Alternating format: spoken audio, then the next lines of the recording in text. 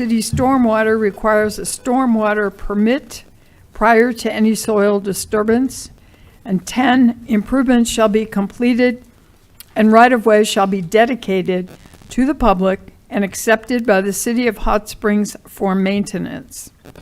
Item number 2, PS 23-149, a preliminary subdivision and development plan application for a 9-lot subdivision on 7.3 acres located at 176 Shamrock Lane. The recommendation is for approval with 12 conditions. And I will read those 12 conditions into the record. Number 1, all construction and construction activity is to be accomplished in strict accordance with the approved preliminary plat and development plan, these conditions of approval, and all applicable technical codes and specifications, including the Arkansas Fire Prevention Code, whether or not submitted for staff review or Planning Commission approval. Number 2, full and continuous compliance with all applicable stormwater permitting and water quality regulations. Number 3, the planning director shall be authorized to sign the preliminary plat and development plans listing these conditions of approval, and work shall not proceed until the preliminary plat has been so executed. Number 4, a final bill of assurance shall be submitted with the final plat application. Number 5, no permits will be issued and the sale of lots shall not occur until a final plat meeting the requirements of Hot Springs Code Section 16444 has been approved by the planning director and filed for record with Garland County's circuit clerk, and an original copy of the filed plat returned to the planning department office. Number 6, approval of this preliminary plat and development plan is valid until August 10th, 2025. Why is that? It's It should read. October. October 12th of It should read 2025. October 12th. Okay, let's start that over. Item number 6, approval of this preliminary plat and development plan is valid until October 12th, 2025. And prior to this date, the developer may request in writing an extension of up to 1 year. Number 7, drainage easement must be provided with a minimum width of 20 feet. Number 8, drainage details must be provided for drainage easement areas.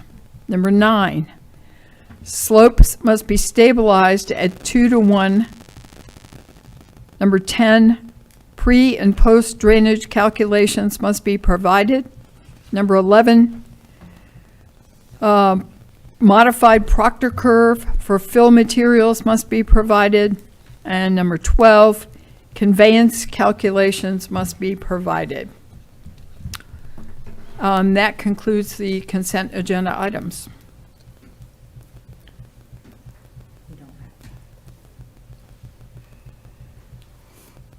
We don't? We lost you at 6. Huh. I just want to make sure we do it correctly. Yes. Do we have,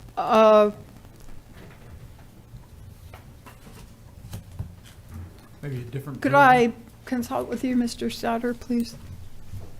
We have 8 conditions of approval in Planning Commission's packet, and there are 12 here.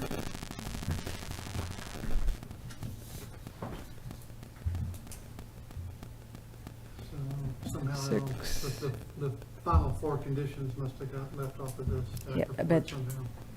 These What she are was reading was not matched. different. Yeah. They do not match. Number 6 has a different date. The packet also got left off at 12. Yeah. Number 7 and 8, number 7 to approve the variance for the 24-foot back. Yes, road. and that is here. All right. Conditions include granting the requested variance to reduce the required street width from 28 feet back of curb to 24 feet back of curb to back of curb, and to grant the requested variance to omit the curb and gutter requirement on the Shamrock Lane extension east of lot number 1 to Kent Hamilton Place. Yeah. That's 14 conditions. There are 14 conditions.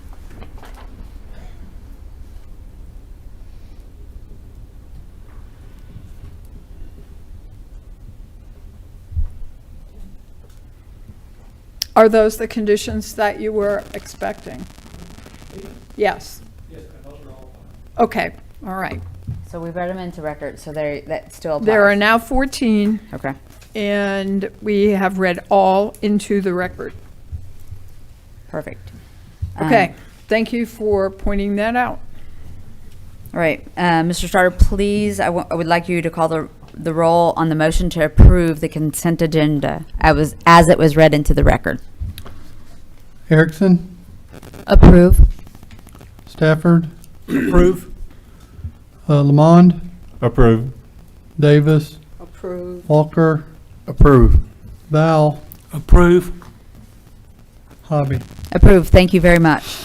Okay, both items on the consent agenda have been approved with the conditions as read, and thank you for coming. Appreciate it. Thank you very much. The next item on the agenda is new business. Director Selman, please introduce the next item. I'm happy to report that there is no new business. Wonderful. Mhm. That is perfect. Did you want- That is a great, that's an A+. Did you want to mention the conditional use? Well, we Oh. haven't got to the Oh, I'm director's sorry, I thought report we were yet. there. My bad. So Director Selman, please. Yes, present it. I do have a director's report. It is brief. A reminder, and you may remember this from your orientation, conditional use applications are quasi-judicial, which means you can't talk about them to each other, to anyone else. You are the judge on these. It also means that you cannot visit the site. So please do not visit the site of a conditional use application. In the matter of a quasi-judicial application, because you're acting as a judge, you must take what is in the staff report as representing the record on that item. Just as the judge would not go out to an intersection to see if there is in fact a stop sign, you cannot go to the site to verify site conditions. So I wanted to make that reminder.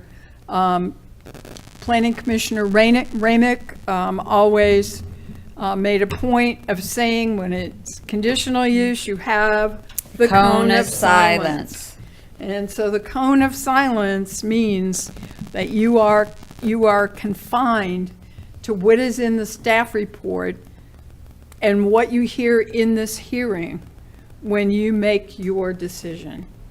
So that may not be something that you've thought about recently. We haven't had many conditional uses, so just a point of review on that. Thank you very much, yeah. Yes, we look at the land usage and the, You look at what's in the record. Right. The record will be what's in your staff report, which typically is reflected in what we talk about at the meeting. Yep. As we saw today, there are occasions when that doesn't happen. Commissioner, White. let's go ahead and But, listen to our director real quick. Your decision must be based on what is in the record. So that's it. Do you have any questions? Okay. Oh, is there a reason we're being reminded of that, just normal, or is it, No, this is normal. okay, I Yeah. didn't know if maybe we had something coming up. I mean, No. Yeah, it's good- it's I've good been to on, hear it I've been on again. this commission for a Periodically. long time, and it's very good to have these reminders because we become innate to what's going on around us, and we want to do better, but we have to look at the business that's put in front of us. Yeah, so, no. But it'll say that it's, If it says CU on the number, that's a conditional use. If it says conditional use, that's a conditional use. So if you see that there, take it off your driving list, because you're not going there. Yeah. If you make a decision and someone in the audience doesn't like your decision, or maybe even the applicant doesn't like your decision, and you have been out there, then we have a procedural problem. And if something goes to court, we're liable both for substantive errors, misunderstanding something or believing something that evidence doesn't support, also for procedural errors. So we have to make sure that we get our written notice for something published in the newspaper or a certain number of days. Those things have to all be followed. So this is just a reminder. And we'll try to have a little tiny reminder at each meeting so that we make the best use of your time. And you have brilliantly completed an excellent meeting, and it looks like 17 minutes. So congratulations on that, too. I appreciate you for being here. Absolutely. Got it. With no further business, I would like to adjourn the meeting. May I have a motion to do that? So moved. Seconded. Excellent. Thank Have you. a wonderful October. Yes. Have fun with Halloween. We've got to have fun with